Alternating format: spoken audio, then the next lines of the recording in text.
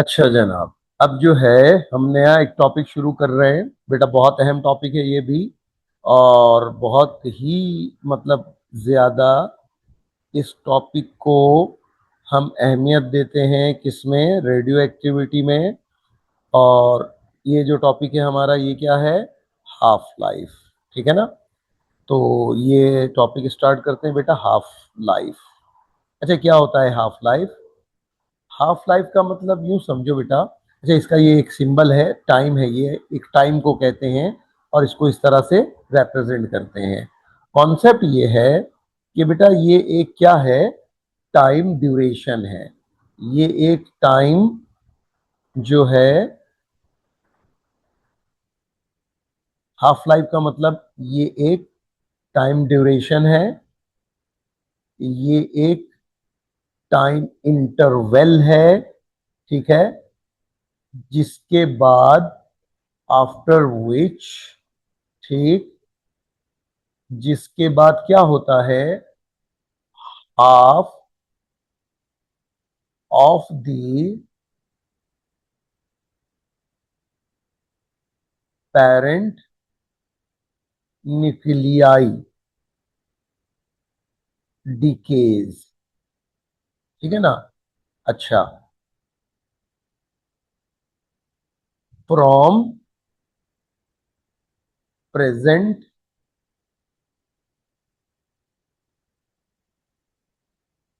From present, या इसको मैं एक बात ये भी कह सकता हूं, इंस्टेंट वैल्यू।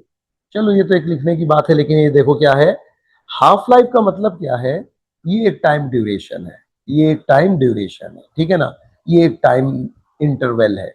इस टाइम ड्यूरेशन या इस टाइम इंटरवल में क्या होता है कि एक सैंपल में, एक रेडियो एक्टिव एलिमेंट में, जिस वक्त आप उसको ऑब्जर्व करना, जिस वक्त आप स्टार्ट करते हैं, उस वक्त जितने भी उसके प्रेजेंट क्या है, पेरेंट न्यूक्लियाई है, जितने भी प्रेजेंट न्यूक्लियाई है, ठीक है ना, वो रिड्यूस होके हाफ हो जाए। जाहिर है कि टाइम के साथ साथ क्या होता रहेगा, प्रेजेंट जो पेरेंट न्यूक्लियाई है वो डीके करता रहेगा, और एक वक्त आएगा कि पेरेंट न्यूक्लियाई डिक्रीज होता जाएगा और डॉटर में जो है वो इंक्रीज आता जाएगा।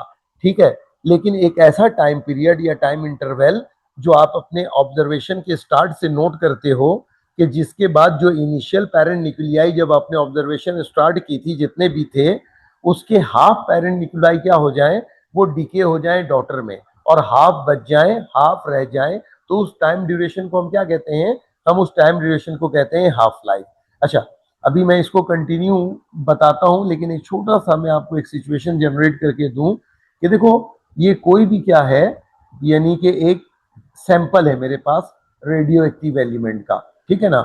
और इसमें ऐसा समझ जाओ, ये जो रेडियो एक्टिव एलिमेंट है, इसमें, इस सैंपल में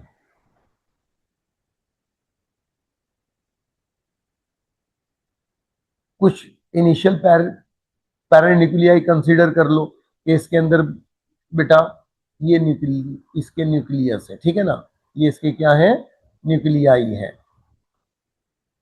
तो वो न्यूक्लियाई क्या है, ये न्यूक्लियाई है, ये न्यूक्लियाई है, ये सारे इसके पेरेंट न्यूक्लियाई है।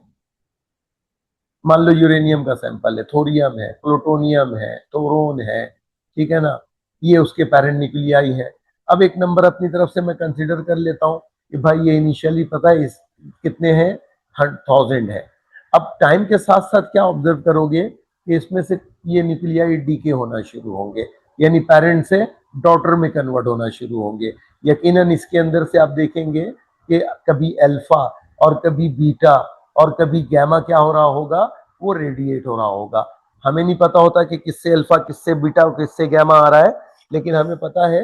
अच्छा, हम ऐसा समझते हैं कि एक ही न्यूक्लियस से ये सारी चीजें वन बाय वन आ रही होती हैं, लेकिन ऐसा बिल्कुल हरगिज ऐसा नहीं है। किसी एक से अल्फा, किसी एक से बीटा, किसी एक न्यूक्लियस से गैमा रेडिएट हो रहा होता है। यानी कि ये नहीं कि एक ही न्यूक्लियस से लाइन से अल्फा बीटा गैमा।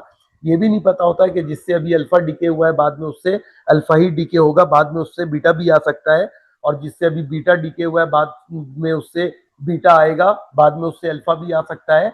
तो ये टोटल एक रैंडम प्रोसेस है, हम इस तरह की कोई प्रिडिक्शन नहीं कर सकते। लेकिन हाँ, ओवरऑल सैंपल के बाहर आपको अल्फा बीटा गैमा जरूर नजर आता है। इसका मतलब कि अंदर से तो अल्फा बीटा गैमा आ रहा है, लेकिन किस न्यूक्लियस से क्या आ रहा है हमें इसके बारे में आइडिया नहीं होता। अच्छा, कुछ टाइम इंटरवल के बाद क्या होता है, मान लो ये पेरेंट न्यूक्लियाई इसके डिके होते जा रहे हैं और नंबर ऑफ पेरेंट न्यूक्लियाई में कमी होती जा रही है, डिक्रीज होता जा रहा है। अब एक वक्त आता है कि भाई ये डिक्रीज होते होते होते ये नंबर कितना रह जाता है पेरेंट न्यूक्लियाई के, हाफ होकर 500 रह जाते हैं। तो बेटा ये जो टाइम ड्यूरेशन है पूरा 1000 से हाफ होने का, हम इसको कहते हैं ये हाफ लाइफ है इसका। अब हाफ लाइफ में क्या हुआ, 50% यानी कि हाफ पेरेंट न्यूक्लियाई डिके कर गया और रिमेनिंग पेरेंट न्यूक्लियाई अभी भी कितने हैं, हाफ हैं। लेकिन यहां से अगर कोई ऑब्जर्व करना शुरू करें या आप अपनी ऑब्जर्वेशन को दोबारा स्टार्ट करें, तो फर्दर पेरेंट न्यूक्लियाई का क्या करेंगे, इसके बाद डिक्रीज होंगे और ये फर्दर जो है ना ये डीके करते करते यहाँ के लिहाज से कुछ टाइम के बाद फिर ये क्या हो जाएगा, ये हो जाएगा हाफ। तो बेटा मेरा जब यहाँ के लिहाज से ये फिर हाफ हो जाएगा तो कहेंगे कि ये क्या हो गया, एक और हाफ लाइफ इसने यानी कि अचीव कर लिया, पास कर लिया, या एक और हाफ लाइफ इसका गुजर गया। तो भारत अब इसको जरा देखो मैं इसको लिखता कैसे हूं।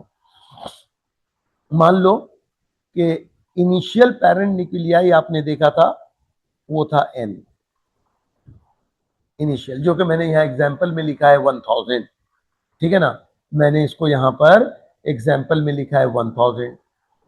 अच्छा, इस इनिशियल का मतलब क्या होगा कि इस वक्त ऑब्जर्वेशन आपने स्टार्ट की होगी, आपने कुछ टाइम के बाद इसको नोट किया कि ये रिड्यूस हो जाता है और वो रिड्यूस होकर कितना हो जाता है, इस इनिशियल का हाफ, इस इनिशियल का हो जाता है ये हाफ।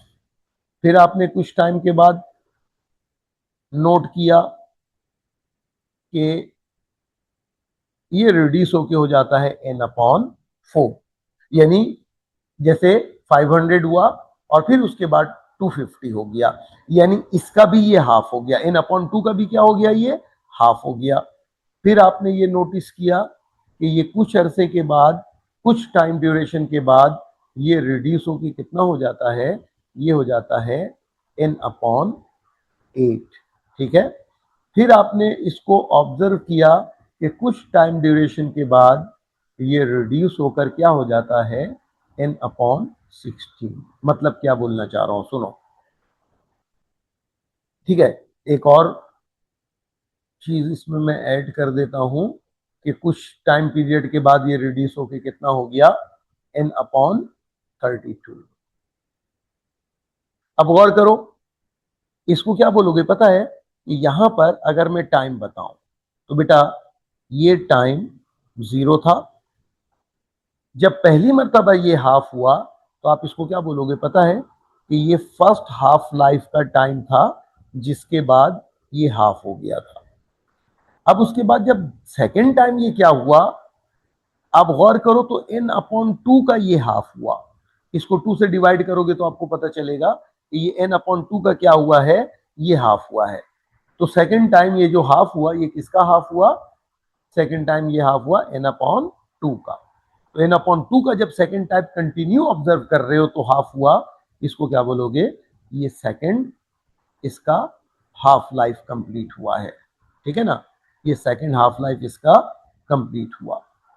अच्छा, उसके बाद क्या हुआ, गौर करो कि अब क्या आगे है, आप कंटिन्यू ऑब्जर्व कर रहे हो, तो कंटिन्यू ऑब्जर्व करने में आपको क्या नजर आ रहा है कि ये जो वैल्यू है इसका अगर हाफ करोगे तो ये क्या आ जाएगा, n/8 आ जाएगा।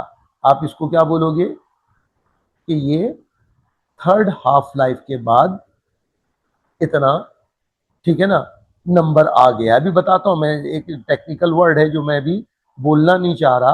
अच्छा, फोर्थ हाफ लाइफ के बाद प्रीवियस का ये फर्दर क्या हो जाता है, हाफ हो जाता है। फिफ्थ हाफ लाइफ के बाद फिर प्रीवियस का ये हाफ हो जाता है। अच्छा, ये जो मैं हाफ कर रहा हूं इसके मुतालिक याद रखना कि ये first second third fourth half life की बात कर रहा हूं।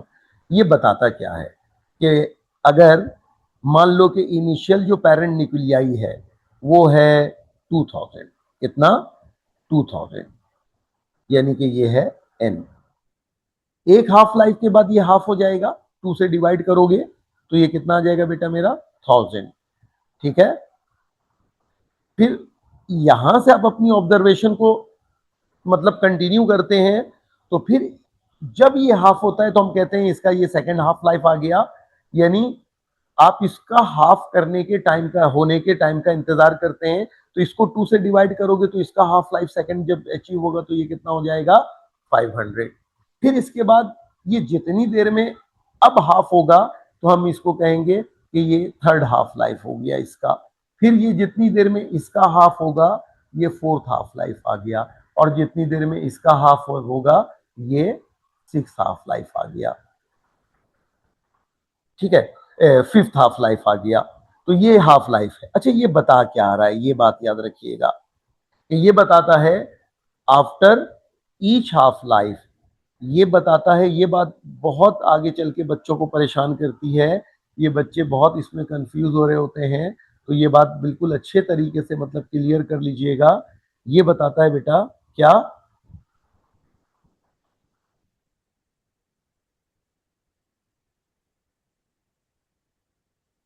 ये बताता है रिमेनिंग या अनडिकेड पेरेंट न्यूक्लियाई। यानी देखो, इनिशियल टाइम पे क्या था जरा गौर करना बेटा, ये था 2000, यानी कि एन। अगर एक हाफ लाइफ का टाइम जिसे कहते हैं उसके बाद ये हाफ हो गया, है ना, जरा गौर कीजिएगा।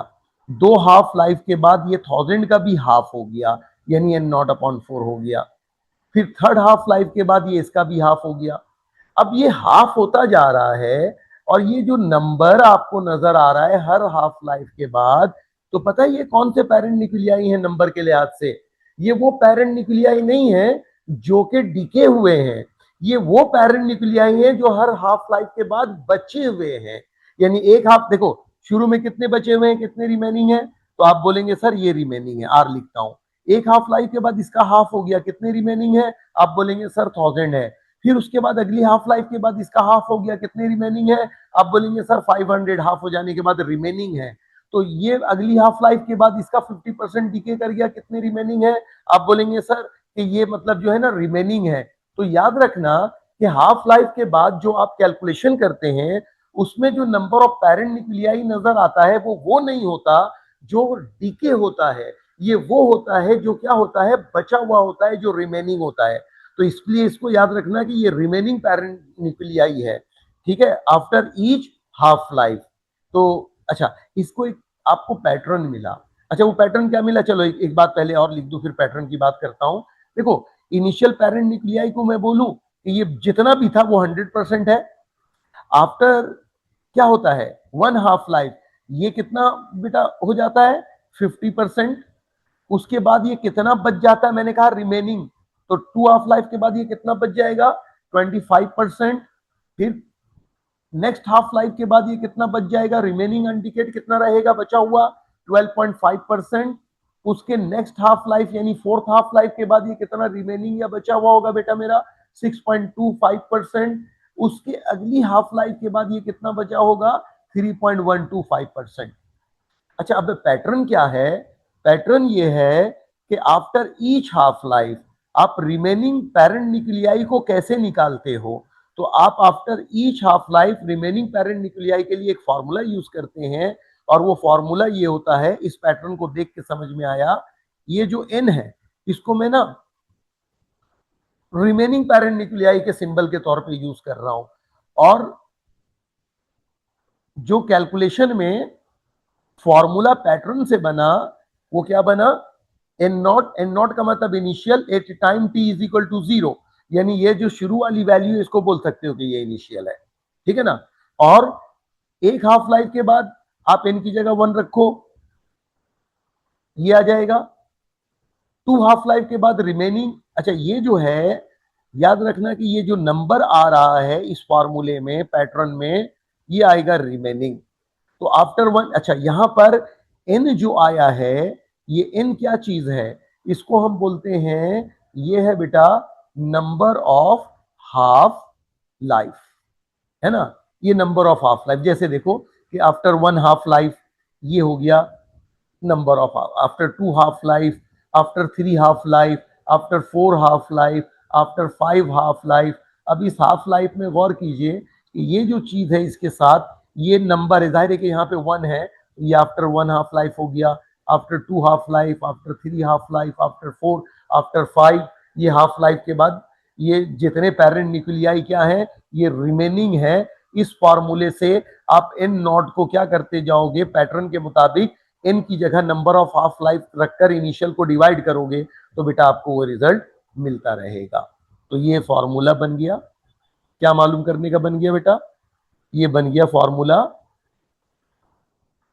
Number of remaining parent nuclei मालूम करने का after each half life, after N half life. अच्छा, ये तो हमने बात कर ली रिमेनिंग की, ठीक है। अब एक बात करते हैं इसमें हम इसकी डिकेड पैरेंट न्यूक्लियाई की, ठीक है ना। यानी कि after 1 2 3 4 5 half life parent nuclei कितने डिके हो गए हैं, है ना। तो एक बात बताओ, after first half life parent nuclei कितने डिके हो गए, कैसे बताओगे। देखो शुरू में क्या था, ये था एन, ठीक है। एक हाफ लाइफ के बाद कितना बचा हुआ है ये बताओ। तो आप बोलेंगे सर एक हाफ लाइफ के बाद ये बचा हुआ है एन अपॉन 2, ठीक है। इनिशियल है एन, एन में से एन अपॉन 2 को क्या कर दो माइनस, तो आफ्टर 1 हाफ लाइफ आपको क्या मिलेगा, रिमेनिंग जो पैरेंट डिकेड पैरेंट न्यूक्लियाई है वो आपको मिलेगा N naught N upon 2। After 2 half life कितने डीके हो गए हैं और कितने बचे हुए हैं। तो पहले वाला फॉर्मूला बताता है कि 2 हाफ लाइफ के बाद जो बचे हुए हैं रिमेनिंग है एन अपॉन 4 अनडिकेड, तो एन में से एन अपॉन 4 को क्या करोगे माइनस करोगे, तो आफ्टर 2 हाफ लाइफ आपको क्या मिलेगा, एलसीएम लेकर सॉल्व करके देख लेना, ये आ जाएगा 3n अपॉन 4। किसका एलसीएम लेकर सॉल्व करने की मैं बात कर रहा हूं, मैं इसको बात कर रहा हूं, एलसीएम लेकर सॉल्व करके देखना। अच्छा, initial after first half life, after second half life, अब आओ आफ्टर थर्ड हाफ लाइफ। ये बताओ कि आफ्टर थर्ड हाफ लाइफ बचे हुए कितने हैं, रिमेनिंग कितने हैं। तो इसमें आप क्या बोलोगे कि सर कि यहां पर थर्ड हाफ लाइफ के बाद देख लो, वहां पर जो रिमेनिंग है वो है एन अपॉन 8। अब इनिशियल क्या है, इनिशियल है N naught, third half life के बाद बचा हुआ कितना है एन अपॉन 8, इससे इसको माइनस करो और एलसीएम इसका लेके देख लो, तो ये कितना आ जाएगा, ये आ जाएगा अपना 7 एन अपॉन 8। अच्छा, एक यहां पर भी पैटर्न बनता जा रहा है, ठीक है ना। अच्छा, after next half life remaining कितना है भाई, तो यहां पर रिमेनिंग में क्या कर देता हूं, फोर्थ हाफ लाइफ के बाद 2 की पावर 4 यकीनन यहाँ पर 16 आएगा, आप एलसीएम लोगे तो ये 15n अपॉन 16 आ जाएगा। मैं किसके एलसीएम लेने की बात कर रहा हूँ, इसके एलसीएम लेने की बात कर रहा हूँ। अच्छा, फिर आफ्टर नेक्स्ट हाफ लाइफ की बात करो, फिफ्थ हाफ लाइफ की, तो बेटा नॉट डिकेड कितना है, बचे हुए कितने हैं 32। अब अगर आप एलसीएम ले लोगे तो ये कितना आ जाएगा 31 एन अपॉन 32। तो ये आ गया after first half life, decade, after second half life decade, after third half life decade, after fourth half life decade, after fifth half life decade and so on, है ना। अच्छा, अब यहां पर मैं आपको एक जर्नल काम करके दे देता हूं, एक जर्नल फॉर्मूला भी बना देता हूं कि जैसे मिसाल के तौर पे किसी भी हाफ लाइफ के बाद क्या होता है, जर्नल जो आप यूं कह लो, क्या कह लो कि जो नॉट डिकेड है, ठीक है ना, वो ये है, और आफ्टर इन हाफ लाइफ जो डिकेड है ये पूरी, वैल्यू है। इसको अगर मैं जर्नल कैलकुलेट करूं तो यहां से n को क्या कर लूं, दोनों में से कॉमन निकाल लूं। 1 माइनस यहां पर क्या बचेगा, 1/2 और यहां पर n 2 को अगर मैं एलसीएम लूं तो ये 2 - 1 आ जाएगा। इसको ऐसे भी लिखा हुआ देखोगे, ऐसे भी लिखा हुआ मिलेगा कि 2 - n - 1 और अपॉन में 2 n और इनटू में ये n। अच्छा, कभी ये होता है कि इनिशियल वैल्यू को अगर हम n naught t is equal to 0 से स्टार्ट करते हैं तो n की जगह आपको क्या नजर आ जाएगा, n नॉट। वरना आप कहीं से भी स्टार्ट कर सकते हैं, तो उस वक्त n का मतलब उस वक्त जो पैरेंट न्यूक्लियाई बचे हुए हैं उसी से आपने अपनी ऑब्जर्वेशन को क्या कर दिया, स्टार्ट कर दिया। अब एक बात बताओ, यहां पर एक चीज लिख रहा हूं, किसके लिए लिख रहा हूं, नॉट डिकेड के लिए लिख रहा हूं। अभी जो सॉरी डिकेड के लिए लिख रहा हूं। ये कितना था, एक time t is equal to 0 पे, t इज इक्वल टू 0 पे ये था बेटा मेरा नॉट डिकेड। डिकेड, जरा यहां गौर करना कि ये देखो, मैं जो बात कहना चाह रहा हूं वो क्या है, सुनो कि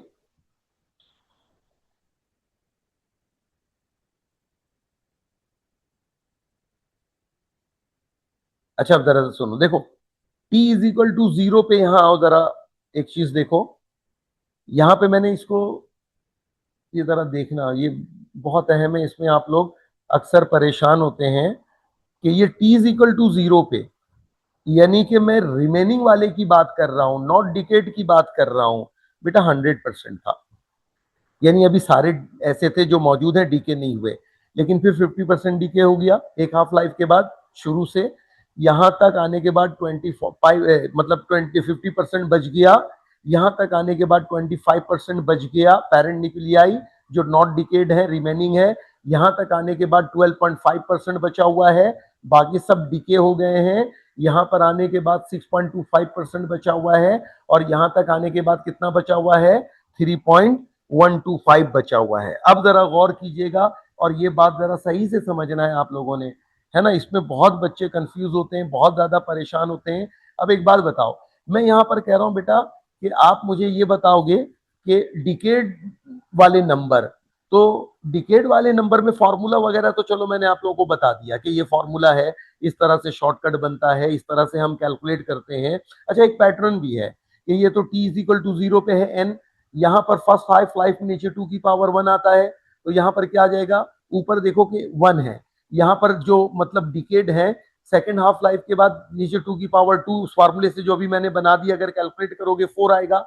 ऊपर कितना आ जाएगा बेटा मेरा, 4 - 1 3, ठीक है ना। नीचे 8 है तो ऊपर 7, नीचे 16 है तो ऊपर 15, 32 है तो ऊपर, और ये 2 की पावर 5 है, 2 की पावर 4 है, 2 की पावर 3 है, 2 की पावर 2 है। एक पैटर्न बन चुका है ये, तो इसमें भी याद रखने में आसानी होगी। अब यहाँ पे मैं डिकेड बता रहा हूं, तो आप क्या बोलोगे कि sir t is equal to 0 पे अभी जो डिकेड है वो तो 0% है, कोई भी डिके नहीं हुआ। लेकिन जब आप फर्स्ट हाफ लाइफ क्रॉस कर गए तो आप कहेंगे सर 50% क्या हो चुका है, डीके। लेकिन जब सेकेंड हाफ लाइफ क्रॉस हुआ तो पता है क्या बोलोगे कि सर टोटल का 75% डीके हो चुका है। समझ रहे हैं। अब जब आप यहां पहुंचेंगे फोर्थ हाफ लाइफ के बाद, आप क्या कहेंगे, 87.5% डीके हो चुका है। यहां पर जब आप पहुंचेंगे तो आप कहेंगे क्या, कि टोटल कितना डीके हो गया, 92.75, ठीक है ना, ये डीके हो गया। अब नेक्स्ट हाफ लाइफ पे जब पहुंचेंगे तो तकरीबन ये कितना हो जाएगा, 96 पॉइंट, और ये 96 पॉइंट यानी 3125,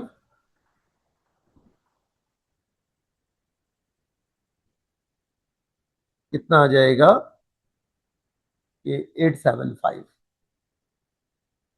875। बहरहाल अब पता है क्या मैं क्या बता रहा हूँ, जरा गौर करना। वो दायरे में कैलकुलेटर के बगैर अंदाजे से लिखा है, आप लोग इसको देख लेना, कंफर्म कर लेना। मैं ये कह रहा हूं समझो। देखो, यहां पर 100% अनडिकेट थे, तो यहां पर बेटा मेरा 0% डिकेट था। यहां 50% क्या हो गया था, बच गया था। तो आप 100 से माइनस कर दो तो 50% डीके हो गया था। थर्ड हाफ लाइफ तक कितने बचे हुए हैं, 25%। तो बेटा 100 से माइनस कर दो तो थर्ड हाफ लाइफ तक कितना डीके कर चुका है, 75%। फोर हाफ लाइफ तक कितना बचा था, 20 मतलब 12.5%। तो बेटा 100 में से माइनस कर दो तो इतना डीके हो गया था। इसी तरह फोर्थ हाफ लाइफ के बाद कितना डीके हो गया था, ये बच गया था 6.25। 100 में से माइनस करके देख लो, जो होगा वो पता चल जाएगा, एंड सो ऑन, है ना। तो इसको 100 से माइनस करके देख लो। फॉर्मूला मैंने आपको बता दिया। ये फॉर्मूला मैंने आपको यहां दिखा दिया था कि बेटा ये फॉर्मूला रिमेनिंग का है। किसका है, ये फॉर्मूला नॉट डिकेड का है। एक फॉर्मूला यहां पर मैंने बना दिया, इसको भी याद कर लेना जैसे दिल चाहे, है ना, जैसे अच्छा लगे। मैं यहां पर ये एक फॉर्मूला मैंने बनाया, अब समझ जाओ। एक फॉर्मूला मैंने ये बनाया,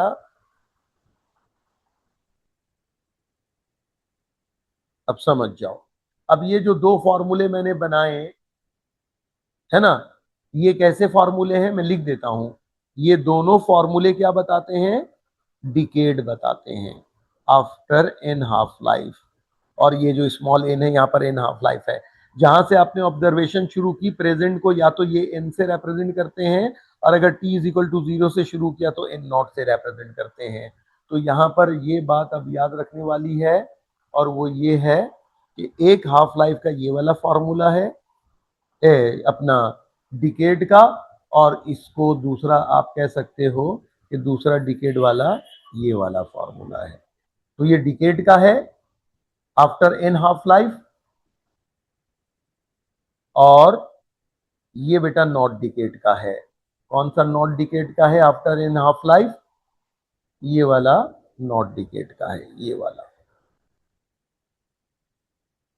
तो ये तो हो गई हाफ लाइफ की कहानी, ठीक है ना, किस तरह से कैलकुलेट करते हैं।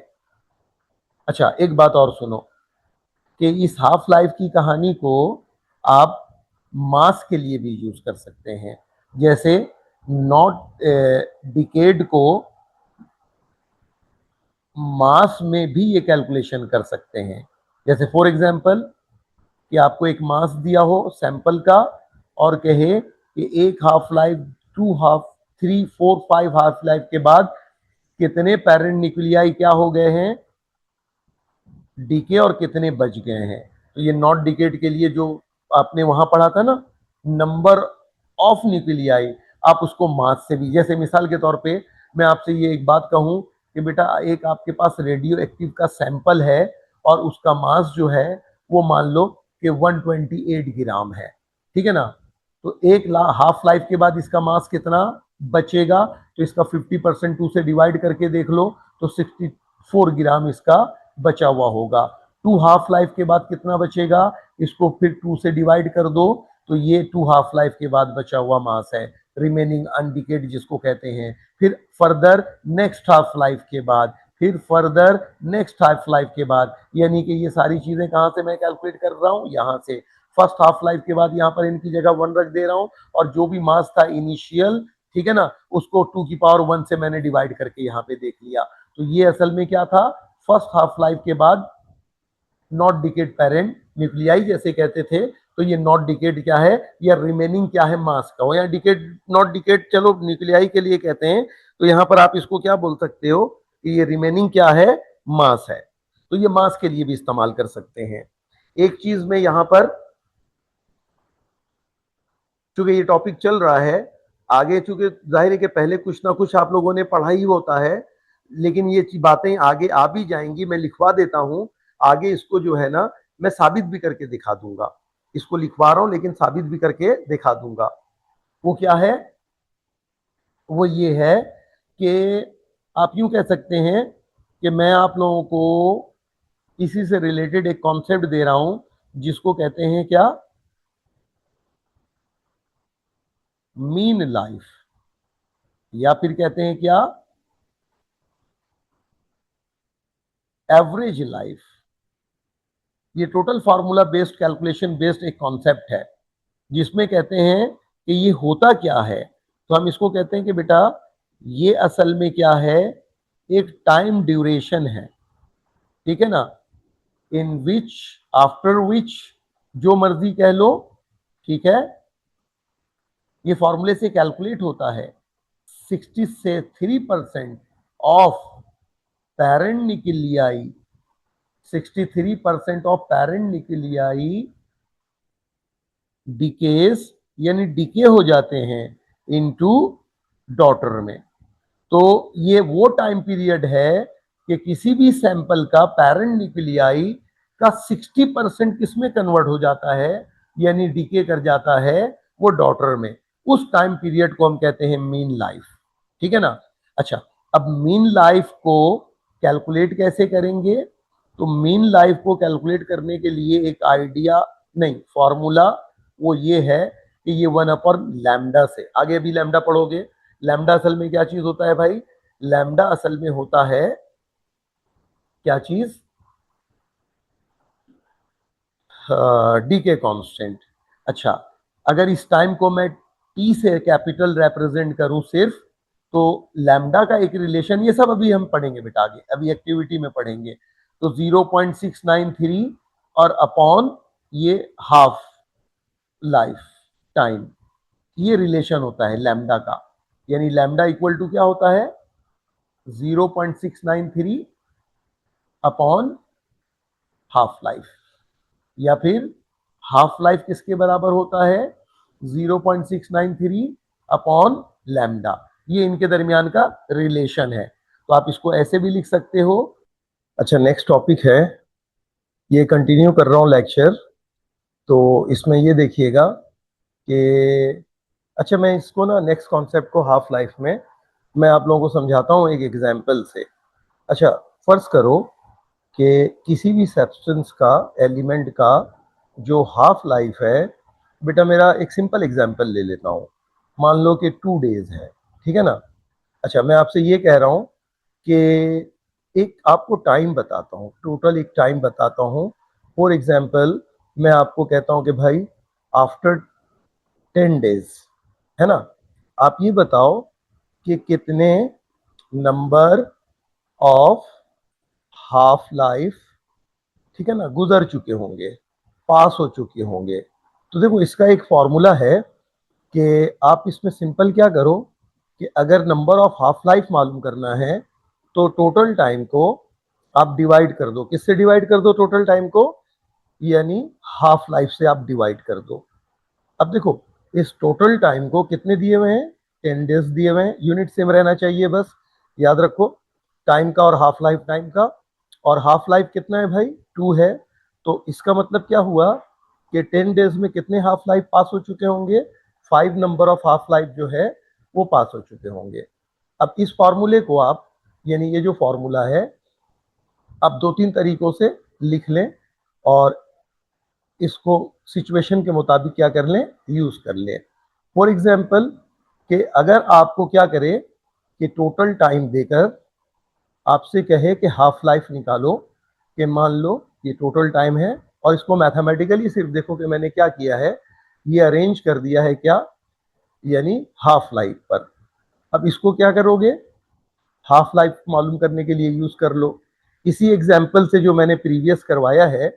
आप इसमें एक चीज देखो, मैं इसी से करवा रहा हूं, क्या है कि इसमें मैंने ये क्या दिया था, टोटल टाइम 10 डेज, ठीक है ना।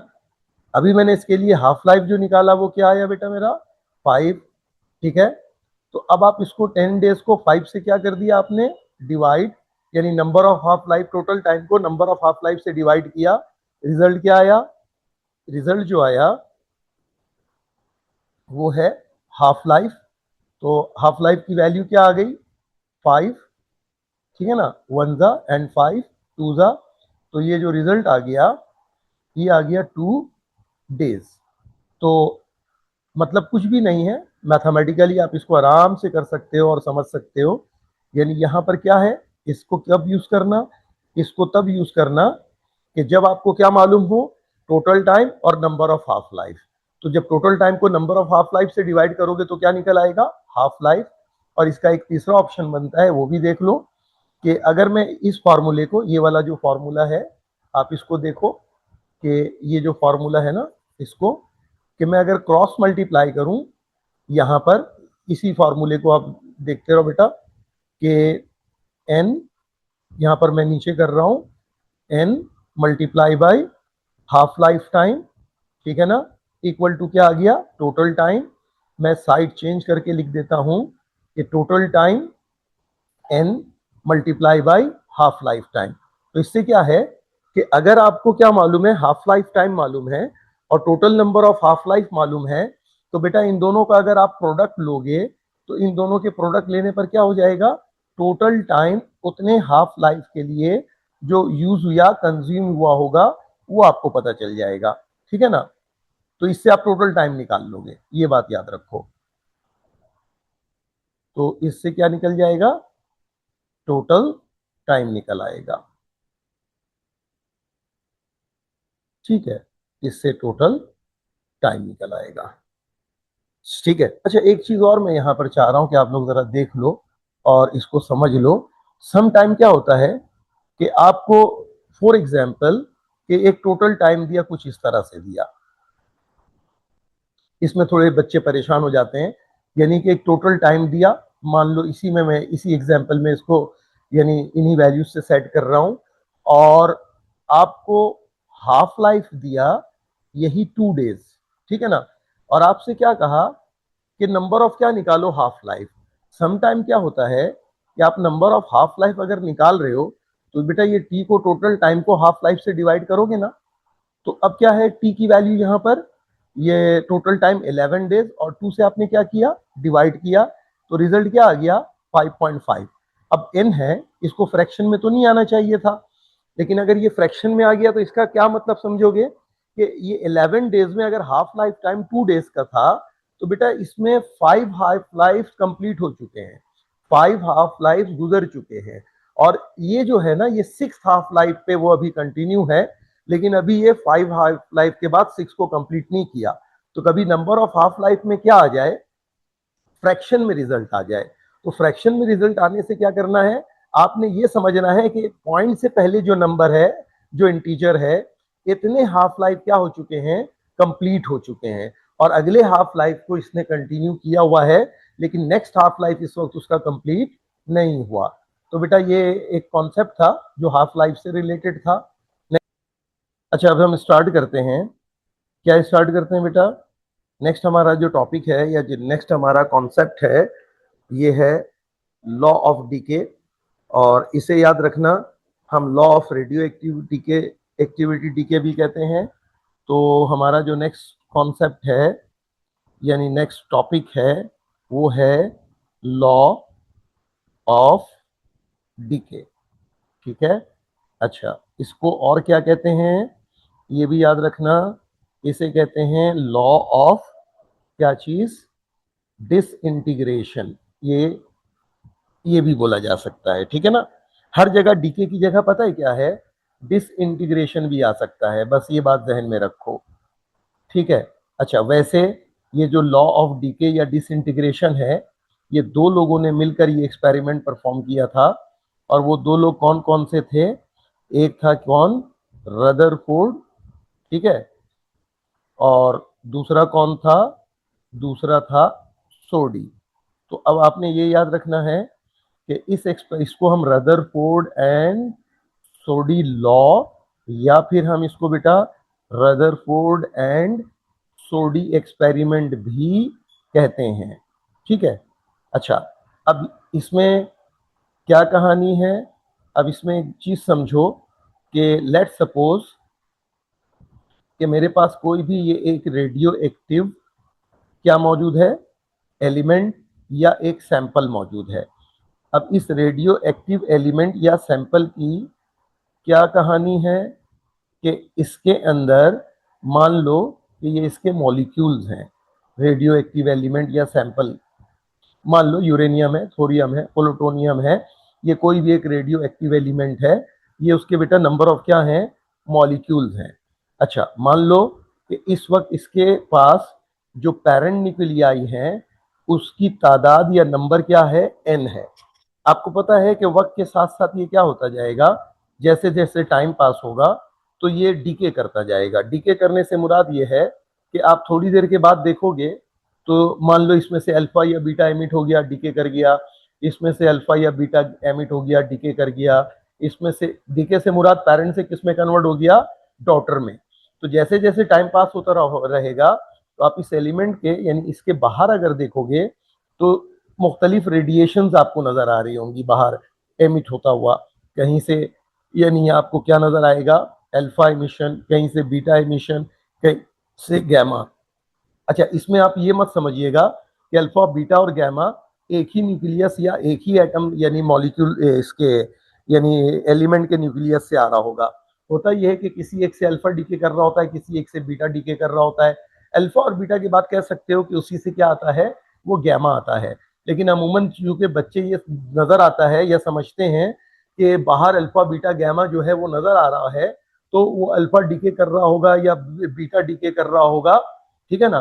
तो ऐसी कोई कहानी नहीं है कि अल्फा बीटा जो है वो एक ही न्यूक्लियस से डीके कर रहा हो, किसी से अल्फा किसी से बीटा। हाँ एलिमेंट के बाहर आपको जरूर क्या नजर आता है, अल्फा बीटा और जो है वो गैमा तीनों नजर आता है। लेकिन ये मतलब नहीं लेना कि मतलब एक ही न्यूक्लियस से वो तीनों चीजें कहाँ आ रही हैं, वो बाहर आ रही हैं, किसी से अल्फा किसी से बीटा किसी से गैमा। अच्छा अब क्या है ये, मतलब स्टेटमेंट इसका देख लो जरा, ये असल में है क्या चीज, असल में ये है कि जो रेट ऑफ डिके होता है, ठीक है ना, हम कहते हैं कि ये डायरेक्टली प्रोपोर्शनल होता है किसके, number of parent nuclei at present, यानी नंबर ऑफ पेरेंट न्यूक्लियाई के होता है rate of decay directly proportion. मतलब क्या है कि पेरेंट न्यूक्लियाई जिस वक्त भी आपने ऑब्जर्वेशन स्टार्ट की हो, ठीक है ना, पेरेंट न्यूक्लियाई उस वक्त जितनी ज्यादा तादाद में होगी, उसका नंबर जितना ज्यादा होगा, बेटा रेट ऑफ डीके उसी लिहाज से ज्यादा आएगा। यानी रेट ऑफ डीके से क्या मुराद है, पर सेकंड में उतने ही ज्यादा न्यूक्लियन क्या करेंगे, डीके करेंगे। अगर इसको मैं मैथमेटिकली लिखूं तो ये इस तरह से लिखा जा सकता है कि delta N by delta T, ये क्या हो गया भाई, rate of decay is directly proportional to number of parent nuclei at present, जिस वक्त आपने इस एक्सपेरिमेंट को शुरू किया था। और यहां एक बात याद रखिएगा कि ये नेगेटिव साइन इसके साथ क्या होना चाहिए, लाजमी आना चाहिए। नेगेटिव साइन क्या बताता है कि ये जो मतलब डेल्टा एन है, ये डेल्टा एन का मतलब चेंज है ना। चेंज का तो कॉन्सेप्ट ये होता है कि चेंज तो हम पॉजिटिव मतलब इंक्रीज को भी लिखते हैं और डिक्रीज को भी लिखते हैं। नेगेटिव इसलिए बताया जाता है कि यहाँ पर ये जो चेंज हो रहा है ये डिक्रीज होकर हो रहा है। पेरेंट न्यूक्लियाई हमेशा टाइम के साथ क्या होगा, डिक्रीज होगा।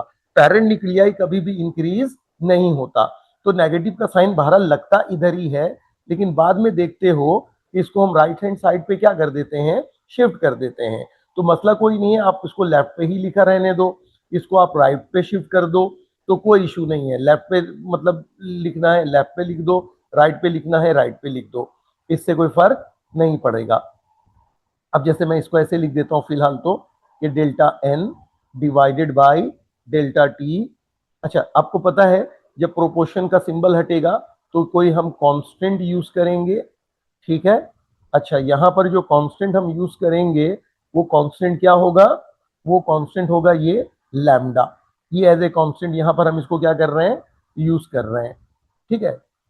तो एज ए कांस्टेंट हम यहाँ पर यूज करेंगे किसको, लैम्डा को, ठीक है।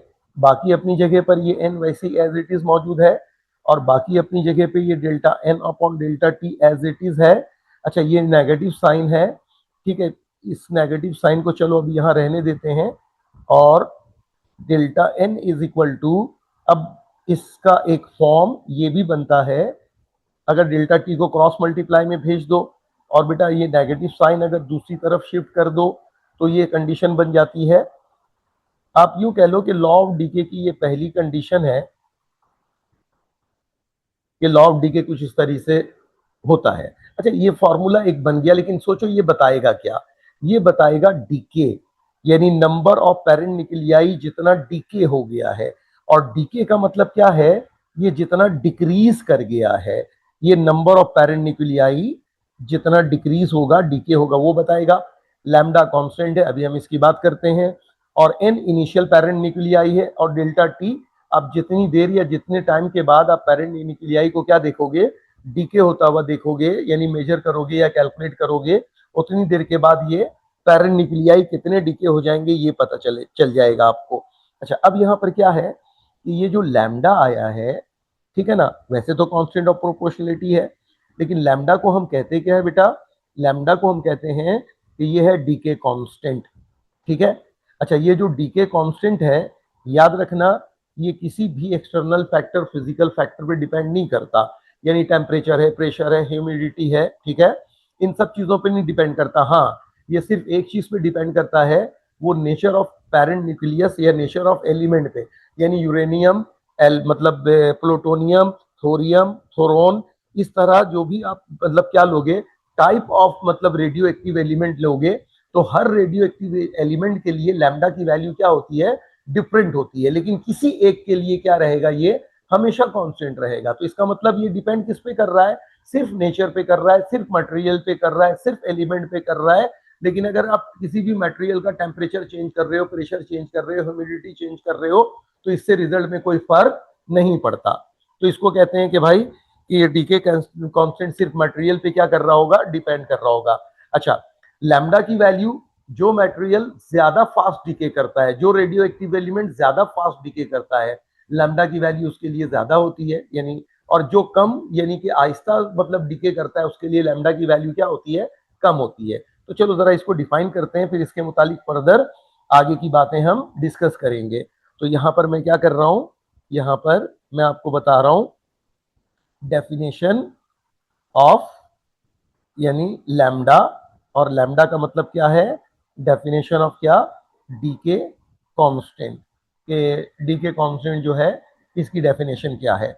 अच्छा, फिजिक्स का एक रूल याद रखो, जब भी हम किसी कांस्टेंट को डिफाइन करते हैं, तो बेटा उसको उसी फॉर्मूले से डिफाइन करते हैं जिस फॉर्मूले में उसको हमने एज ए कांस्टेंट इंसर्ट या यूज किया हुआ होता है। तो यहां पर अगर मैं लैम्डा का एक फॉर्मूला लिखूं, तो जरा देखना कि लैम्डा का फॉर्मूला हम इस तरह से लिख सकते हैं, delta N by N into delta T. अच्छा, यहां पर अगर नेगेटिव साइन यूज ना भी करें तो कोई फर्क नहीं पड़ता, और कर भी लें तो कोई फर्क नहीं पड़ता।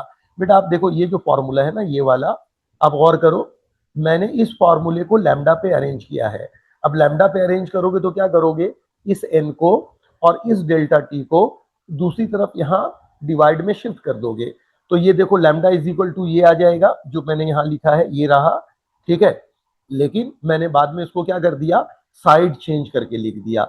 अच्छा, अब यहां से इसको डिफाइन हम किस तरह कर सकते हैं? तो इसको डिफरेंट अंदाज में इसको डिफाइन कर सकते हैं। सिर्फ इसका कॉन्सेप्ट समझने की आप लोग क्या करिएगा? कोशिश कीजिएगा कि इस लैम्डा को देखो, एक तो मैं ऐसे लिख सकता हूं, कैसे लिख सकता हूं? लैम्डा इज इक्वल टू, एक तो ऊपर लिखा हुआ ही है ना, एक मैं ऐसे लिख रहा हूं, डेल्टा एन, ठीक है ना, और बाई एन, ठीक है, ये आ गया, और डिवाइडेड बाई क्या कर दूं? Delta T. सही है। इसका एक और लिखने का अंदाज देखो, lambda is equal to delta N by delta T and divided by N, ठीक है। अच्छा, एक चीज मैं आप लोगों को याद दिला दूं कि अगर डेल्टा एन बाई एन लिखा है, तो इसको क्या बोलोगे? ये क्या बताएगा? ये बताएगा आपको क्या चीज? फ्रैक्शनल चेंज, ठीक है ना। ये आपको बताएगा क्या? Fractional change. अब जाहिर है कि ये फ्रैक्शनल चेंज किसका है? नंबर ऑफ न्यूक्लियाई का है, ठीक है। अच्छा, इसी तरह देखो, जब फ्रैक्शनल चेंज का क्या कॉन्सेप्ट होता है? फ्रैक्शनल चेंज का ये कॉन्सेप्ट होता है कि मतलब किसी भी चेंज को उसके इनिशियल वैल्यू से क्या कर दो, डिवाइड कर दो, तो वो जो चेंज आता है वो क्या बन जाता है, वो फ्रैक्शनल चेंज बन जाता है। अच्छा, दूसरा, ये जो डेल्टा एन बाय हमने डेल्टा टी लिखा है, इसको क्या बोलते हैं, अभी हमने देखा भी है, इसको कहते हैं rate of decay. Rate of decay का मतलब number of nuclei decays per unit time, decayed per unit time, तो ये रेट ऑफ डीके है, ठीक है ना। अच्छा, अगर मैं इसको यहां से डिफाइन करूं, इस यहां से डिफाइन करूं, तो इसको कैसे डिफाइन करूंगा, ठीक है, मैं क्या बोलूंगा कि ये क्या है, डेल्टा एन को अपॉन एन को क्या बोलो, फ्रैक्शनल चेंज है ये, ठीक है। तो ये fractional change in parent nuclei, और फिर बाद में देखो ये टाइम से डिवाइड हो रहा है तो ये उसका रेट बन जा रहा है। तो लैम्डा क्या बताता है, फ्रैक्शनल चेंज बताता है पैरेंट न्यूक्लियाई में, कि parent nuclei initial parent nuclei के कंपैरिजन में कितना चेंज हो रहा है, लेकिन पर यूनिट टाइम। तो ये क्या होता है, इसको मैं यहां पर लिख भी देता हूं कि ये होता है बेटा, यहां के मुताबिक ये है fractional change in parent nuclei, ठीक है ना, in unit time, unit time से मुराद इन 1 सेकेंड। अच्छा, इसको फिर और क्या बोल सकते थे हम rate of fractional change in parent nuclei भी बोल सकते हैं, यूनिट टाइम से अगर डिवाइड हो रहा है।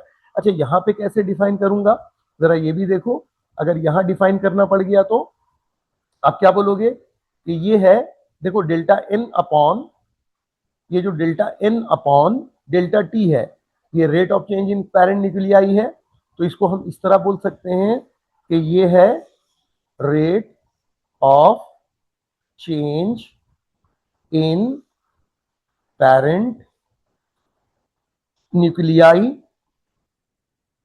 है ना, पर न्यूक्लियस। यानी ये इस तरह से भी डिफाइन किया जा सकता है कि ये एक न्यूक्लियस के चेंज या डीके होने का रेट है, कि एक न्यूक्लियस कितनी देर में किस रेट से क्या कर रहा है, ये डीके कर रहा है। अच्छा, ये दो तरीके हैं, दोनों से हमें क्या है, बहरहाल क्या पता चलता है, रेट ऑफ डीके, कि ये किस रेट से डीके कर रहा है, फ्रैक्शनल चेंज इसमें कितना आ रहा है पर यूनिट टाइम में। तो ये असल में रेट ऑफ डीके को बताता है, चेंज इन पेरेंट न्यूक्लियाई को पर यूनिट टाइम बताता है। अच्छा, इसके यूनिट की बात करूं तो यूनिट ऑफ क्या आएगा, यूनिट ऑफ, मैं डायरेक्ट लिख देता हूं लैम्डा। लैम्डा का मतलब क्या है, डीके कांस्टेंट है। अच्छा, अगर यूनिट ऑफ लैम्डा लिख रहे हो तो मैं बताता हूं, देखो लैम्डा का ये फार्मूला सिंपल ऐसे ले लो, lambda is equal to delta N upon N into delta T.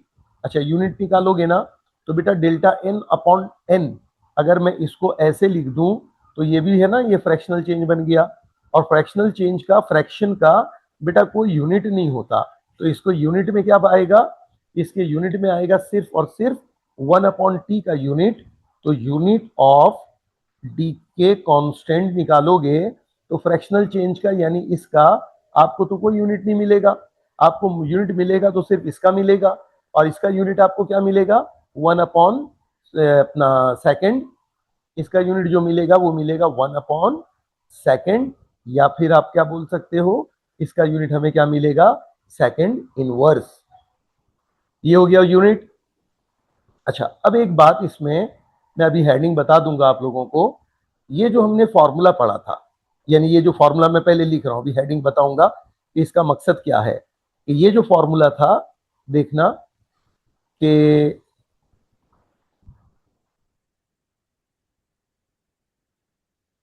Delta N is equal to, अच्छा नेगेटिव साइन अगर फर्दर डिस्कशन में यूज करना चाहें कोई बुराई नहीं है, और ना भी करें तो उससे कोई मसला नहीं आता, लेकिन एक बात सिर्फ याद रखना है कि भाई नेगेटिव साइन का मतलब आपको वो डीके के बारे में एक इंफॉर्मेशन देता है कि टाइम के साथ पैरेंट न्यूक्लियाई डिक्रीज हो रहा है। अब अगर ये आपको मालूम है तो उसको यूज ना करो तो उससे भी कोई फर्क नहीं पड़ता। अच्छा, ये जो फॉर्मूला है बेटा, इस फॉर्मूले में ना हम इसको आगे चलकर एक फॉर्म में कन्वर्ट करते हैं बाय अप्लाइंग मैथमेटिक्स, और मैथमेटिक्स में भी जो कॉन्सेप्ट है जिसको अप्लाई करते हैं वो कॉन्सेप्ट है बेटा इंटीग्रेशन का। जाहिर है कि ये वाला पार्ट आप बुक में भी देखिएगा तो ये डेरिवेशन मौजूद नहीं है पूरी, क्योंकि इंटीग्रेशन आप लोग समझ नहीं पाओगे, तो उस हवाले से इसमें कोई यानी डेरिवेशन नहीं रखा गया। लेकिन एक चीज बताता हूं कि उस डेरिवेशन के अप्लाई करने के बाद इससे एक रिजल्ट मिलता है, और वो रिजल्ट ये मिलता है, क्या है? Minus lambda T. अच्छा, ये जो फॉर्मूला आया है n is equal to N naught और माइनस ई के ऊपर पावर लैम्डा टी, तो ये क्या है? n।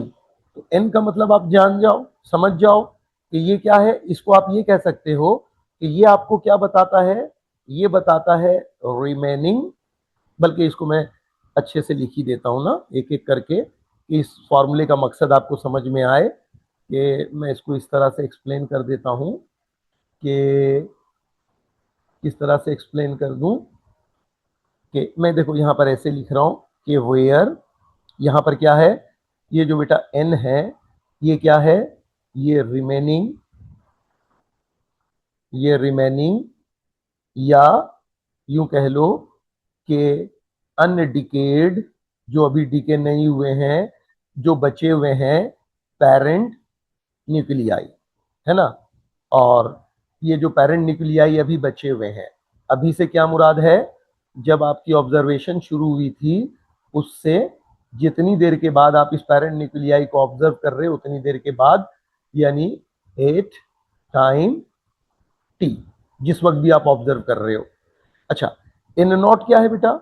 इन नॉट का मतलब क्या है? जिस वक्त भी आपने ऑब्जर्वेशन शुरू किया था, तो उसको आप अपने लिए इनिशियल टाइम क्या बोलोगे? कि जीरो से ऑब्जर्वेशन शुरू किया है। तो ये इन नॉट क्या होता है? ये इन नॉट होता है इनिशियल पेरेंट न्यूक्लियाई, ठीक है ना, at T is equal to zero. और T is equal to zero का मतलब जिस वक्त आपकी ऑब्जर्वेशन क्या हुई थी, वो स्टार्ट हुई थी। और ये टाइम क्या है? आप, ये है टाइम ड्यूरेशन, ठीक है, टाइम इंटरवल।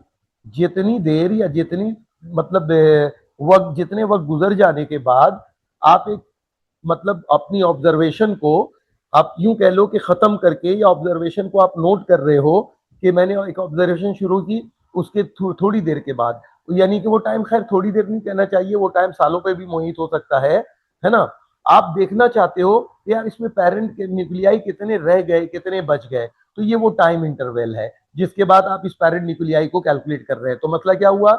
मसला ये क्लियर हो गया बेटा, ये जो एन का मतलब है, इस एन का मतलब है remaining parent nuclei, N naught का मतलब है इनिशियल, जब आप ऑब्जर्वेशन को स्टार्ट करते हैं।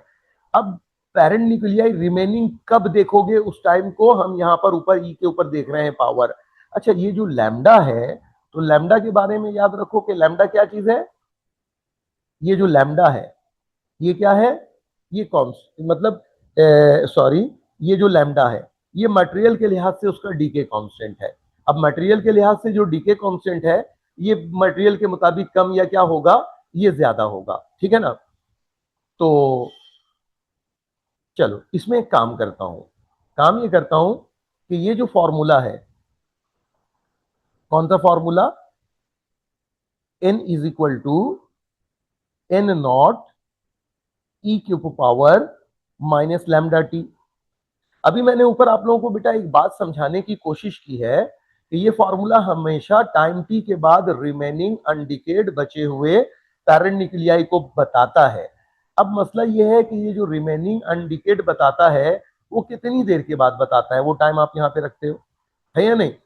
अब यहां पर अगर फर्ज कर लो कि मैं यहां पर टाइम को क्या पुट कर देता हूं, यानी टाइम की वैल्यू को पुट कर देता हूं कि T is equal to half life, यानी आप इस ऑब्जर्वेशन को ऑब्जर्व कर रहे हैं बिल्कुल हाफ लाइफ के बाद। अच्छा, जब हाफ लाइफ के बाद इसको ऑब्जर्व करोगे, तो एक बात तो अंडरस्टूड हो गया ना कि एन की वैल्यू कितनी हो चुकी होगी या कितनी बची हुई होगी। तो ये N not upon two.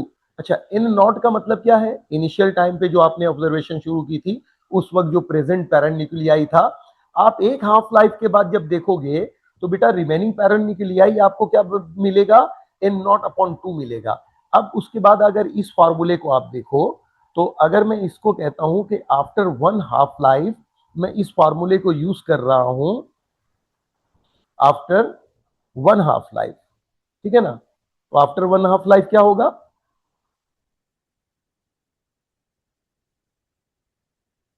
After, ऐसे ही लिख देता हूं, वन हाफ लाइफ, ठीक है। किस फॉर्मूले को लिख रहा हूं बेटा, ये बात याद रखना, इस फॉर्मूले को लिख रहा हूं। तो इसको कैसे लिखूं तो लोग समझ जाएंगे कि एक हाफ लाइफ के बाद लिखी जा रही है ये वैल्यू। तो देखो ये एन ए नॉट है, और बेटा ये ई की ऊपर पावर है, माइनस का लैम्डा है, और टाइम की जगह मैं यहां पर क्या रखूंगा, क्योंकि एक हाफ लाइफ के बाद मैं चीजों को ऑब्जर्व कर रहा हूं, तो यहां पर ये टाइम की जगह लिख दूंगा हाफ लाइफ। लेकिन इससे क्या फर्क होगा, आप देखो कि ये जो एन की वैल्यू है, मैंने यहां आप लोगों को बताया है कि एक हाफ लाइफ के बाद ये वैल्यू अनडिकेड या अनरिमेनिंग कितने रह जाएंगे, एन नॉट अपॉन टू रह जाएगा। अब यहां पर क्या है,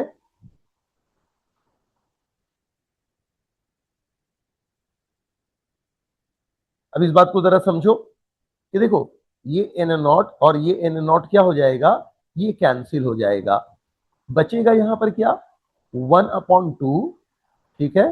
इक्वल के बाद क्या बचा बेटा, माइनस ई के ऊपर पावर लैम्डा, और इनटू में क्या बचा, टाइम मल्टीप्लाई हुआ जो हाफ लाइफ वाला, ठीक है। अच्छा, यहां पर भी कुछ मैथमेटिकल स्टेप्स को फॉलो किया गया, बल्कि चलो ये इसको मैं बॉक्स में बंद कर दूंगा, मैं एक चीज के लिए मैं इसको करके दिखा रहा हूं।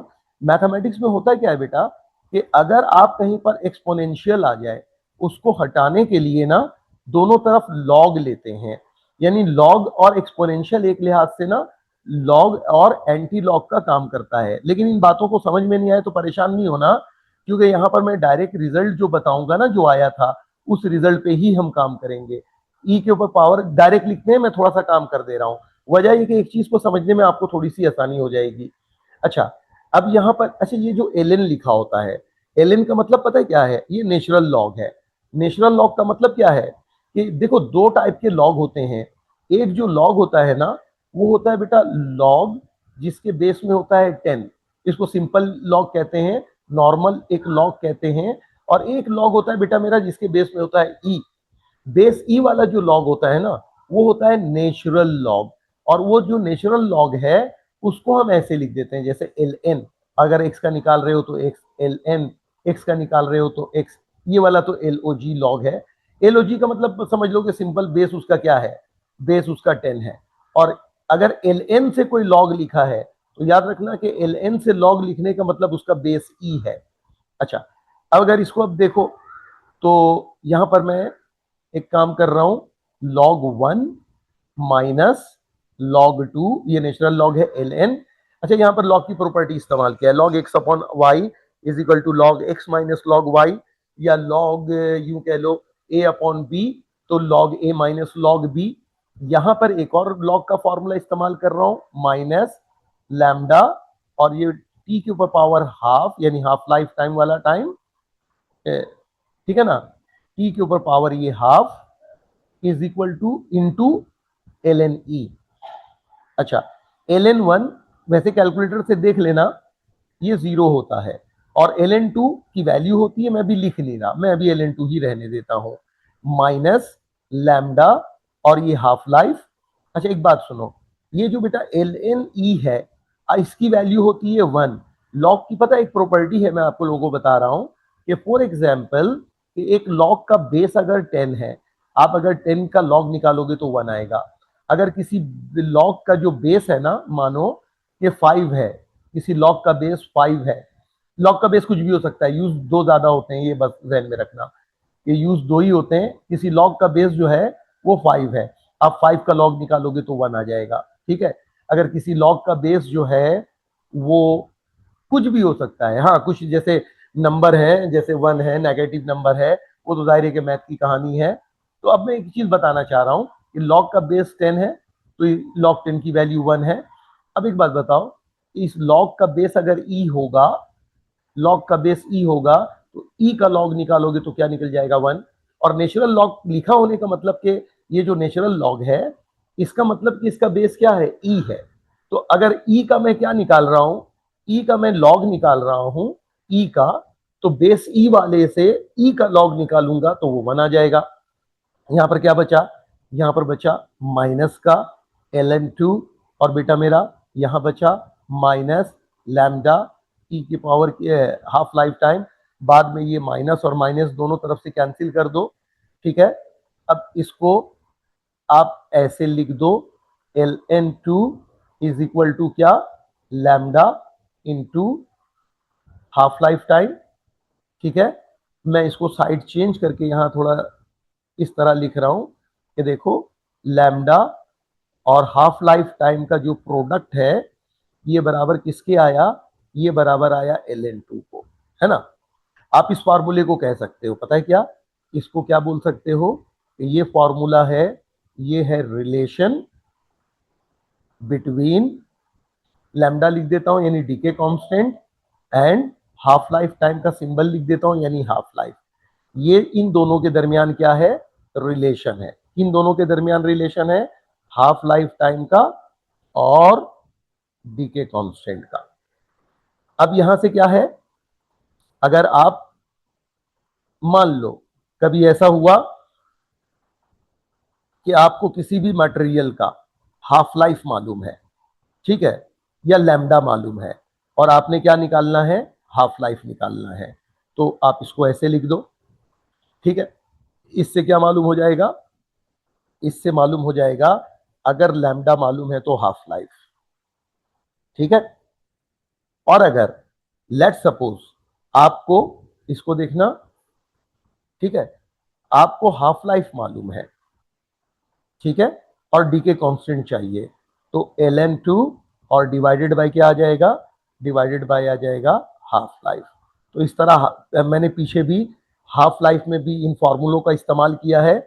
मैंने कहा था आगे जाओगे तो ये पता चल जाएगा ये फॉर्मूले कब और कैसे बने हैं, किस कॉन्सेप्ट से ये फॉर्मूला बना है, मैंने आपको बताया था। अच्छा, मैंने इसको इस फॉर्म में क्यों लिखा, अब एक बात मैं आपको समझाने की कोशिश कर रहा हूं।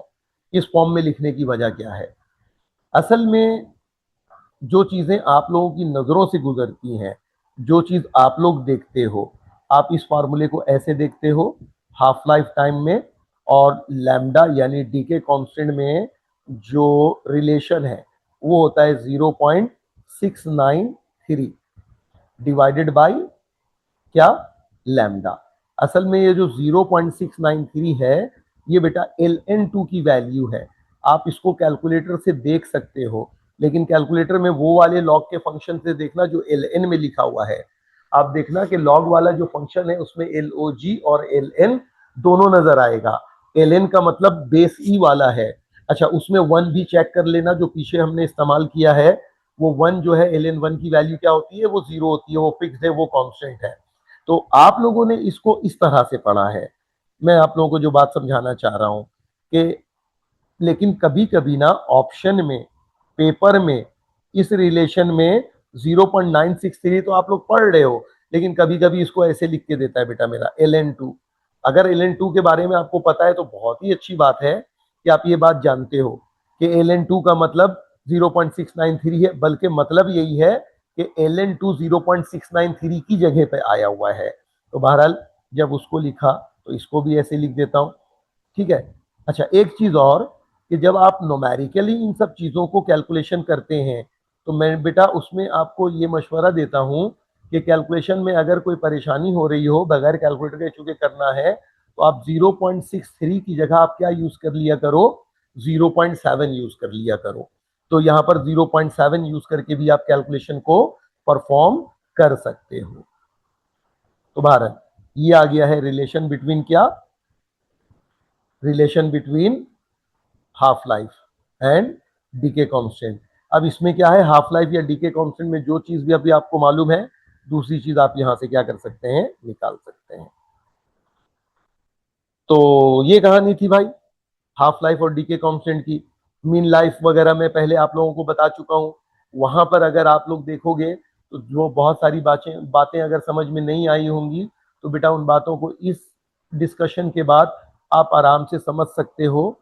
अच्छा, यहाँ पर ये जो मैंने ये चीज़ें डिस्कस की थी, मैंने कहा था कि मैं आपको इसको एक्सप्लेन करके दूंगा, यानी बल्कि हेडिंग बना के दूंगा। तो अच्छा, वैसे तो कोई नाम नहीं देते, लेकिन मैं एक बात बता दे रहा हूँ कि ये जो इसके बाद चीजें हमने डिस्कस की थी ना, आप कह सकते हो कि इस डिस्कशन को हमने किस लिए किया है। हमने रिमेनिंग पेरेंट न्यूक्लियाई को मालूम करने के लिए किया है, ठीक है ना, आफ्टर टाइम टी। ये हमने इसलिए डिस्कस किया है, ये बात ध्यान में रखना, remaining parent nuclei after time T. वैसे इस तरह से हेडिंग नहीं लिखा होता, लेकिन मैं आप लोगों को यहाँ पे समझा रहा हूँ कि इस डिस्कशन का जो नीचे हमने किया है, इसका ये मकसद है।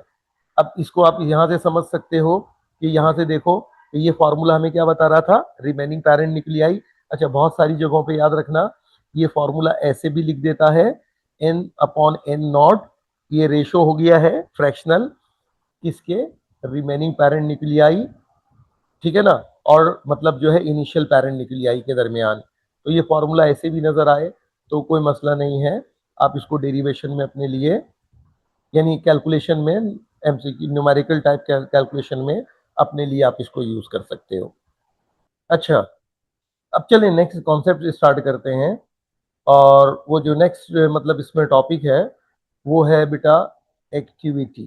तो एक बात जहन में रखना कि इसके भी नोमेरिकल्स बहुत आते हैं, नोमेरिकल टाइप मतलब एमसीक्यू, एक्टिविटी।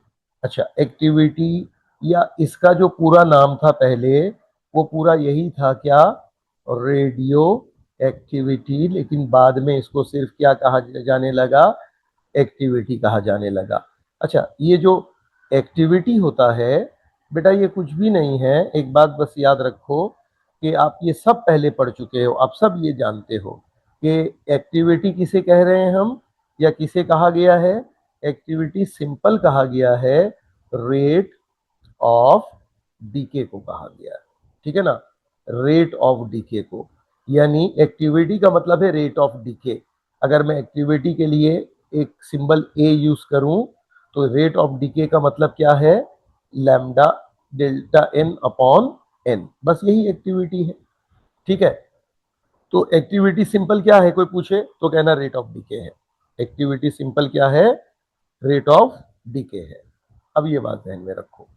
अच्छा, सिंस अभी आप लोगों ने एक फॉर्मूला पढ़ा था कि कि बेटा ये है रेट ऑफ डीके, क्या है, डेल्टा, यानी डेल्टा टी। देखो अभी हमने एक फॉर्मूला पढ़ा था क्या, रदरफोर्ड एंड सोडी एक्सपेरिमेंट में, यानी कि rate of decay, rate of decay equal to क्या आया था, लैम्डा, ठीक है, और ये था एन, ठीक है। माइनस का साइन मैं बार बार कह रहा हूं, आप यूज कर लो, कोई बुराई नहीं है, और यूज ना भी करो तो कोई फर्क नहीं पड़ता, ठीक है। अब यहाँ पे गौर करो, ये delta N upon delta T rate of decay है ना, तो कोई नई चीज नहीं है, इसी को हम एक्टिविटी कहते हैं, और इसको फिर हम एक फॉर्मूला बना देते हैं एक्टिविटी का, और वो फॉर्मूला ये बन गया, ठीक है। अच्छा, अब एक बात इसमें याद रखो कि इसको ना कहीं पर अगर ऐसे लिखा हुआ देखो तो भी परेशान नहीं होना, कि इस एक्टिविटी को हम आर से भी क्या करते हैं, हम रिप्रेजेंट करते हैं। आर का मतलब क्या है, रेट। तो यहाँ पर एक्टिविटी के लिए क्या यूज कर रहे हैं, एक्टिविटी के लिए यूज कर रहे हैं बेटा मेरा ए, और रेट के लिए क्या इस्तेमाल कर रहे हैं, आर। तो दोनों ये और ये दोनों क्या है, एक ही चीज है। अच्छा, इसमें एक चीज याद रखो, अगर नोमेरिकल के लिए सारे फॉर्म्स याद रखोगे तो नोमेरिकल टाइप के एमसीक्यूज आप लोगों को काफी आसानी से समझ में आ जाएगा कि ये जो ए है यानी एक्टिविटी है, ये क्या है, लैम्डा इंटू एन, ठीक है। अच्छा, लैम्डा इंटू एन।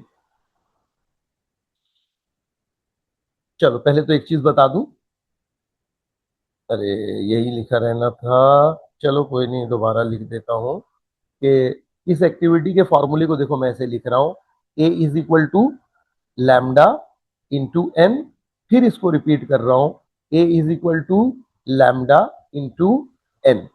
अब यहां पर इन दोनों को लिखने का मकसद क्या है, इन दोनों को लिखने का मकसद ये है कि यहां पर अगर इनिशियल एक्टिविटी लिखो at time T is equal to 0, और इसको चलो यहाँ फिलहाल टी लगा देता हूँ, वैसे यहाँ जरूरत नहीं है। तो इसको कह सकते हो कि ये इनिशियल एक्टिविटी है, at a time T is equal to 0 है, ठीक है ना।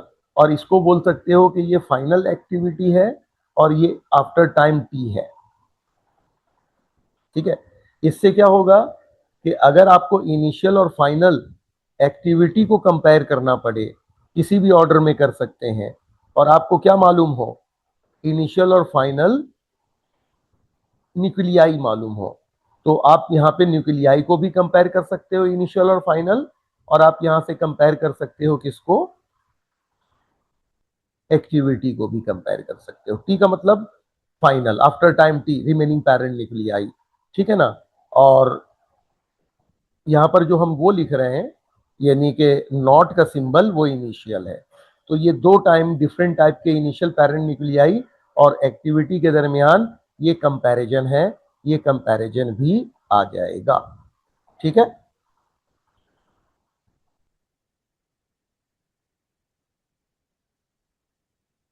अब हम डिस्कस करते हैं क्या, यूनिट ऑफ एक्टिविटी, ठीक है। तो यूनिट ऑफ एक्टिविटी हम निकालेंगे कहां से, फॉर्मूले से ही निकालते हैं। तो यूनिट ऑफ एक्टिविटी क्या होता है, जर्नल मैं बेसिक फॉर्मूले से कैलकुलेट कर लेता हूं।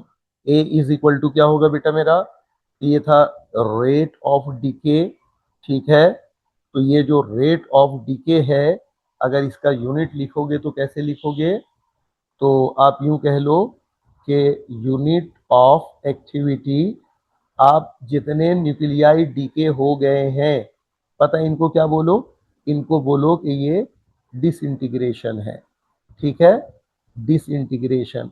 अच्छा, इसको डीके भी बोल सकते हैं, लेकिन यहाँ ज्यादा डिसइंटीग्रेशन यूज होता है, तो मैंने यही इस्तेमाल किया है, डिसइंटीग्रेशन, ठीक है। डीके के बजाय मैंने डिसइंटीग्रेशन का वर्ड यूज किया है, लेकिन ये डीके भी बोल दो, कोई फर्क नहीं पड़ता, ठीक है। डीके भी बोलोगे कोई फर्क नहीं पड़ेगा।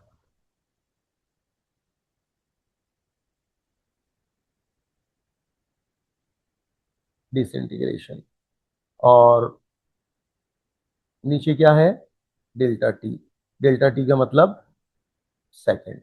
तो इसको आप सिंपल सिंपल ऐसे लिख दो कि यूनिट है डिसइंटीग्रेशन पर सेकंड, या आप इसको, आपका दिल चाहे तो बोल दो कि ये है डीके पर सेकंड, डिसइंटीग्रेशन पर सेकंड, या ये क्या है, डीके पर सेकंड, ठीक है। अच्छा, अब ये जो डिसइंटीग्रेशन पर सेकंड है या डीके पर सेकंड है, तो बेटा disintegration per second is the, अब याद रखना, ये डिसइंटीग्रेशन पर सेकंड क्या है, इज दी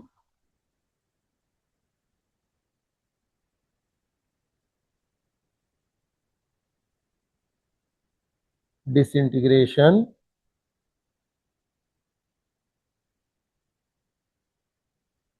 पर second is S I base unit. अच्छा, एक बात याद रखो, एस आई जब किसी यूनिट को ना किसी भी नाम से, साइंटिस्ट वगैरह के नाम से डेडिकेट करना चाहता है, तो फॉर्मूले से जो यूनिट निकलता है उसको हम क्या कहते हैं, बेस यूनिट कहते हैं। अब यहाँ पर एक नई कहानी पैदा हो गई कि अगर आपने ये कह दिया कि एस आई यूनिट है वो बेस, तो अब लोग पूछते हैं कि ये एस आई यूनिट फिर क्या है। तो बेटा एस आई यूनिट जो है वो है इसका, याद रखना, कि बैकरल, ठीक है। क्यों बैकरल है, हेनरी बैकरल ने चूंकि इस फेनोमेना को डिस्कवर किया था, इसलिए इस नाम से। अब बैकरल किसको बोला है, अब इसको यूं समझ लो कि वन जो बैकरल है ये यूनिट है एक्टिविटी का, और ये वन डिसइंटीग्रेशन पर सेकंड को बोला गया है। तो जितने डिसइंटीग्रेशन पर सेकंड फॉर्मूले से रिजल्ट आएगा, आप उसको क्या बोल दोगे कि ये उतना क्या है, बैकरल है। तो ये one disintegration per second is equal to one becquerel. इसका एक और यूनिट है जो कि बहुत ज्यादा यूज होता है, हम सीजीएस कह सकते हैं, लेकिन बस इसको ऐसे याद रखना है, और वो है क्यूरी, ठीक है। अब 1 जो क्यूरी है ये भी एक्टिविटी का यूनिट है। 1 क्यूरी किसके बराबर होगा? 1 क्यूरी, ठीक है, ये बराबर होता है बेटा मेरा 3.7। 3.7 है, याद रखो, ये क्या है? 3.7 है। 3.7 और एक्सपोनेंट 10 बैकरोल। और बैकरेल का मतलब डिसइंटीग्रेशन पर सेकंड, यानी ये बहुत लार्ज यूनिट है। एक बात याद रखना कि ये जो यूनिट है इसको क्या बोलोगे? ये एक लार्ज यूनिट है, ये स्मॉल यूनिट नहीं है, ये एक लार्ज यूनिट है। क्यों? ये कितने डिसइंटीग्रेशन पर सेकंड को मतलब क्यूरी कह रहे हो? 10⁻10। अब सोचो 10⁻10 कितना बड़ा नंबर है, और 10⁻10 को आप क्या कह रहे हो? 1 क्यूरी। और साथ में सिर्फ वो 10⁻10 नहीं है, अब एक चीज गौर करो, तो वो जो 10⁻10 है उसके साथ आप देखो तो 3.7 भी है, ये 3.7 भी है। अब 3.7 का मतलब वो 3 से मल्टीप्लाई भी हो रहा है। तो बहरहाल ये बहुत बड़े डिसइंटीग्रेशन ऑफ पैरेंट न्यूक्लियाई पर सेकंड को क्या करता है? ये बता रहा होता है। इसका एक और भी यूनिट है जो यूज करते हैं, और वो यूनिट कौन सा है भाई? वो यूनिट है रदरफोर्ड। अच्छा, गौर करो तीनों नामों पे जो यूनिट्स थे। एक बैकरल, बैकरल ने इस फेनोमेना को डिस्कवर किया। दूसरा क्यूरी, क्यूरी ने भी यानी कि रेडियो एक्टिव एलिमेंट को डिस्कवर किया, प्लस आर्टिफिशियल एक्टिविटी के बारे में इसने सबसे पहली मर्तबा हमें बताया। अच्छा, रदरफोर्ड, रदरफोर्ड को याद करो, तो रदरफोर्ड क्या था? पैरी क्यूरी मैरी क्यूरी के बाद रेडियो एक्टिविटी डी के लॉ के लिए इसने और सोडी ने मिलकर काम किया। तो तीनों का यानी कि यूं कह लो रेडियो एक्टिविटी में बहुत कंट्रीब्यूशन रहा है। इस वजह से इनको कहीं ना कहीं इसमें इन्वॉल्व रखना था, ताकि इनके नामों को लोग भूले नहीं, और जब पढ़े तो उनको पता चले कि हाँ भाई ये कोई लोग थे जिन्होंने इस मतलब थ्योरी पे पर्टिकुलर क्या किया है, काम किया है, उनकी कंट्रीब्यूशन है। तो इसलिए जो थर्ड यूनिट है वो कौन सा है? रदरफोर्ड। और अगर इसको हम एज ए मतलब यूनिट यूज कर रहे हैं तो कितने यानी डिसइंटीग्रेशन पर सेकंड को रदरफोर्ड बोलेंगे, तो उसके लिए हमने क्या करना है? ये याद रख लेना है कि 1 जो रदरफोर्ड होता है वो बेटा 10⁻, कितना? 6 बैक्यूल के बराबर होता है। और 10 बैक्यूल का मतलब 10⁻6 डिसइंटीग्रेशन पर सेकंड के बराबर होता है। तो अगर यहां पर आप गौर कीजिए, क्या गौर कीजिए, तो यहां पर यानी सबसे छोटा यूनिट तो डिसइंटीग्रेशन पर सेकंड ही हुआ ना। क्यों डिसइंटीग्रेशन पर सेकंड हुआ? वो एक सेकंड में एक डिसइंटीग्रेशन को बता रहा है, और ये क्यूरी एक सेकंड में कितने डिसइंटीग्रेशन को बता रहा है? 3.7 एक्सपोनेंट 10। ह्यूज नंबर है, सबसे बड़ा यूनिट है ये तीनों में। और एक इंटरमीडिएट यूनिट कह सकते हो कि रदरफोर्ड है। तो इंटरमीडिएट जो यूनिट है वो रदरफोर्ड है, और वो रदरफोर्ड क्या है? 10⁻6 बैकरल पर डिसइंटीग्रेशन को क्या करता है? ये बताता है। लेकिन एसआई यूनिट बैकरल ही बताना बेटा, ये एसआई यूनिट इसका क्या है? ये बैकरल है। आप यूं कह लो कि ये जो है ना डिफरेंट मतलब आपने यूनिट्स को पढ़ा, एसआई के बाद मैंने कंटिन्यू आपको ऐसी यानी क्यूरी भी बता दिया और क्या बता दिया? रदरफोर्ड भी बता दिया। ठीक है, तो ये अच्छा अपना डीके कांस्टेंट में और अपना उसके यूनिट में और एक्टिविटी के यूनिट में एक फर्क है लिखने में। और वो क्या है कि डीके कांस्टेंट 1/सेकंड था, और ये डिसइंटीग्रेशन पर सेकंड है ना। वो 1/सेकंड का मतलब ये बताता है कि फ्रैक्शनल चेंज कितना हुआ है। ठीक है, यानी कि फ्रैक्शनल चेंज एक सेकंड में, और ये टोटल पैरेंट न्यूक्लियाई कितना डिसइंटीग्रेट हुआ है एक सेकंड में, ये टोटल पैरेंट न्यूक्लियाई का चेंज बताता है एक सेकंड में। तो ये कहने को तो एक छोटा सा मतलब सेंटेंस का गेम है, और सिर्फ एक सेंटेंस का फर्क है, लेकिन दोनों में बहुत बड़ा फर्क है। वो एक सेकंड में फ्रैक्शनल चेंज यानी कि चेंज इन पैरेंट न्यूक्लियाई मतलब पर न्यूक्लियन बताता है वो, और ये पर न्यूक्लियस बताता है, पर न्यूक्लियाई बताता है। और ये टोटल पैरेंट न्यूक्लियाई जितना एक सेकंड में क्या हो रहा है, डिसइंटीग्रेट हो रहा है, ये उसको बताता है। तो ये इन दोनों में क्या है बेटा? डिफरेंस है। तो इसको याद रखिएगा। तो ये यहाँ तक के लिए इतना ही, ये पूरा आपका रेडियो एक्टिविटी वाला शुरू से लेकर आखिर तक ये कॉन्सेप्ट जो है ये कंप्लीट हो गया। तो that's all about radio activity. तो अब इंशाल्लाह इसके बाद जो भी नेक्स्ट टॉपिक होगा उसके साथ मतलब जो है मैं कंटिन्यू करूँगा। अभी के लिए इतना ही है। इंशाल्लाह अल्लाह ने चाहा तो फिर मुलाकात होती है। अल्लाह हाफिज़।